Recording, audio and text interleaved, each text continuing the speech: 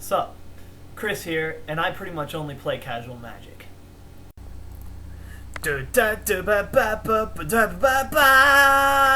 Hey. Alright, first things first. I don't want all of y'all, leaving your comments and saying, hey, your decks suck, because that's unnecessary, and I don't really care if my decks suck. Number two, I don't use cards that I don't own. I hate it when people write on lands, this card does this. I don't own this card. I hate that. If you're gonna play a deck and you're gonna copy some random crap off the internet, you better dish out the money to actually buy the cards and support the game. Don't just go and buy lands and play with those and pretend like they're actual spells because they're not. It just boggles my mind, and it just makes me angry on the inside. Angry Chris is angry. Number three, I don't care about winning or losing. I like watching the decks interact, and I like to hang out with my friends and have a good time. And that's kind of the whole point of Magic, isn't it? Just casual play, for fun, whatever. So, don't be surprised if sometime you might play me and I just shrug off a loss, because it's just a game. The first deck I'm going to show you is my Doom Death deck. So one day I was thinking about this card, Necrogenesis. I was wondering how best to abuse what it does, and what cards could I put around it that would help it perform at its best, and how could I overrun my opponent with 1/1 sapling creatures. First, I decided to look at some of the cards from Shards of Alara, because the set had just come out and it was really cool, and there were so many good cards, and I just had to sort of pick and choose what I wanted. But the first thing I looked at was stuff that could help gain me creature advantage. So the first card I looked for was stuff down at the bottom of the mana curve. So I looked first at Dragon Fodder.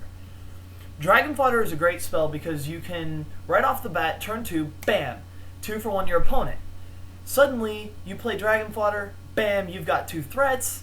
They might have only 1. You've already started creating your creature advantage. The next thing I looked for was removal, because obviously I'm going to want their creatures in the graveyard so that I can fully take control of the board. So I use Branching Bolt. Branching Bolt is another great card that if you are able to 2 for 1 your opponent with Branching Bolt, you've just gained 2 turns on them. That's awesome.